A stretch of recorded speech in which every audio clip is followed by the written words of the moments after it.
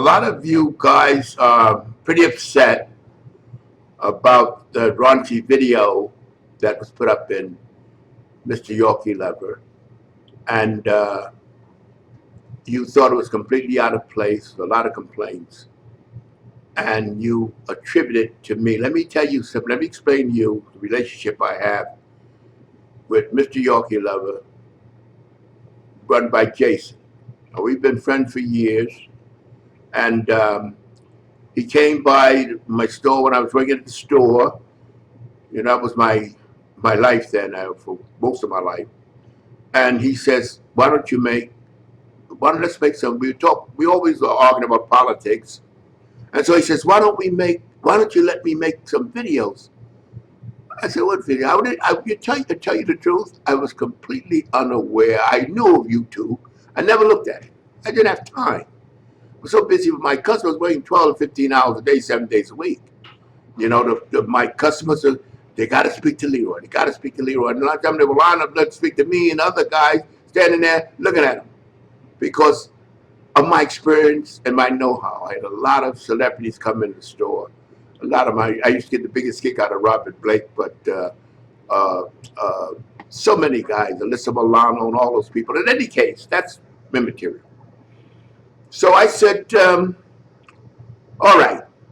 So the first few videos about politics and relationship with men and women and so forth. Then I started to get more into bodybuilding and my experience in bodybuilding. But Mryorkielover is a total creation of Jason. He controls it completely. He puts on it what he wants to, when he wants to. I have no say into it whatsoever. I mean, he puts up the videos, and if you don't like a video I made, he don't put it up. That's his thing. It's his passion. Me, I do it, and I do it now, you know, with more enthusiasm because I have time to tell you guys about my experience, but I didn't have time before. And I'll tell you something.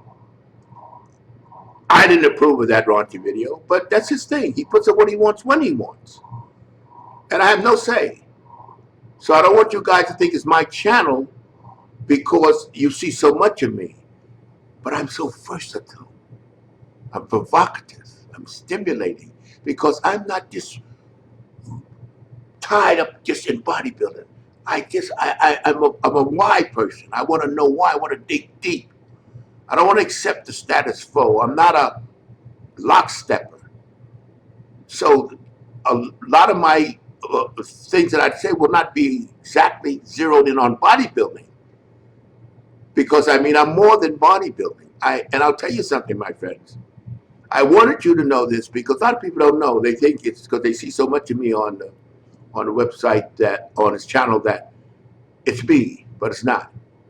I have nothing whatsoever to make the decisions on what's put on Mryorkielover. That's totally up to him.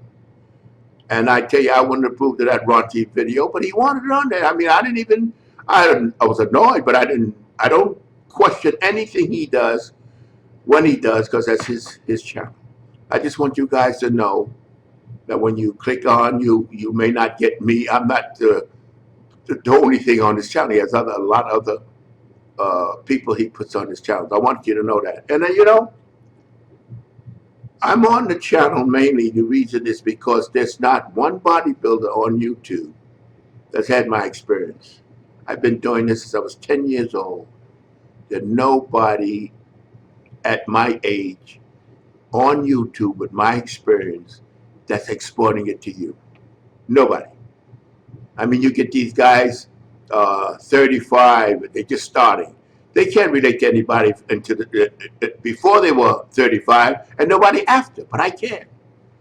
Because I never stopped being involved in bodybuilding. My arms got its biggest after I broke my leg, not before.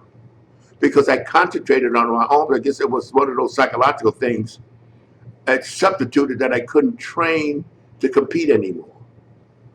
But this is, I want you guys to know so you don't get confused, that I don't make the decisions on Mryorkielover. I have nothing to do with the decisions. He makes them all.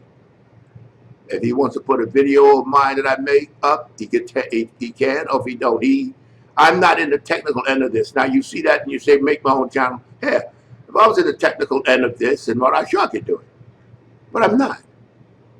You know, I make the videos. If he wants to put them up, he puts them up. If he don't, he don't. So you understand that. So don't get upset when you see something on there that you don't equate to me.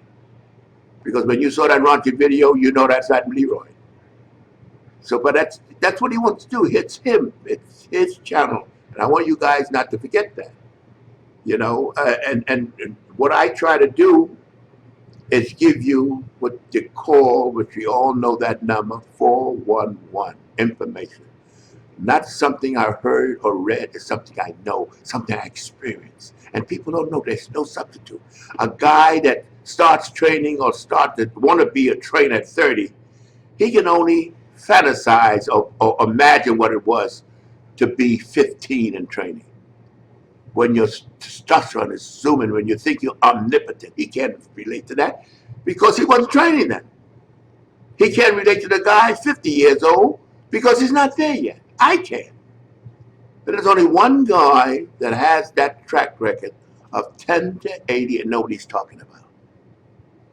And of course, I get these guys make me laugh when they say, oh, making excuses, my 21-inch arm. Let me tell you something. Joe Weider, the publisher of the top magazines in bodybuilding, made sure that my measurement was certified by his certifier, whose name was David Willoughby. All these guys were claiming all kinds of sizes and so forth. He would come and measure with a steel tape and see if you were telling the truth. 19 was considered in the stratosphere when I was training. 21 was out of the question. And actually it was 21 and a quarter. But Joe said, I'll forget about the quarter. And Joe was like fascinated. He said, good God, they're huge. Nobody around had that. Now, in other words, when you guys dispute that it wasn't 21, that means Joe was into conspiracy.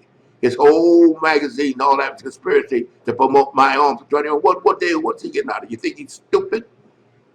You think he's going to put his name on the line for me having 21-inch arms and be disputed somebody measures less than 21? What does that make him? Why would he even think of doing it? I mean, never quite. He was astounded himself when he measured, because I tell you the truth, I didn't think it was that big myself. I was just training. I knew it was big, but I didn't bother measuring it, you know. I don't know why. And then Joe said, monster. He just called me the monster in such an endearing way. I want you to bring David Willoughby. Bring David. I want to see how big that arm is. And all their mouths flew open. It was 21 and a quarter. Joe said, never mind the quarter confused people. It was beautiful. It was beautiful. And yet these guys with their know-it-alls, there's so many of them out there. Oh, it never was 21. No, I mean, Joe was a liar. His all organization was a liar. Everybody's a liar. Because he looked at a picture, and those pictures, a lot of those pictures, my own was nowhere near 21. That was the epitome. You see pictures of me way before my arm was 21. But I get a kick out of these know-it-alls that don't know the ass from Shinola. I really get a kick out of it. Anyhow, I just wanted to set the record straight so you guys don't get too upset and think that, what am I doing and why don't I have my own channel? I can't get up for that, and I'm not that technically involved, my friends. You know, the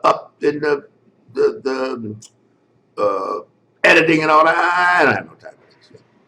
I just want to tell you guys about what I know from my years of experience, and I can tell you what you felt through each phase of your life up to 80 in training, because I went through it all.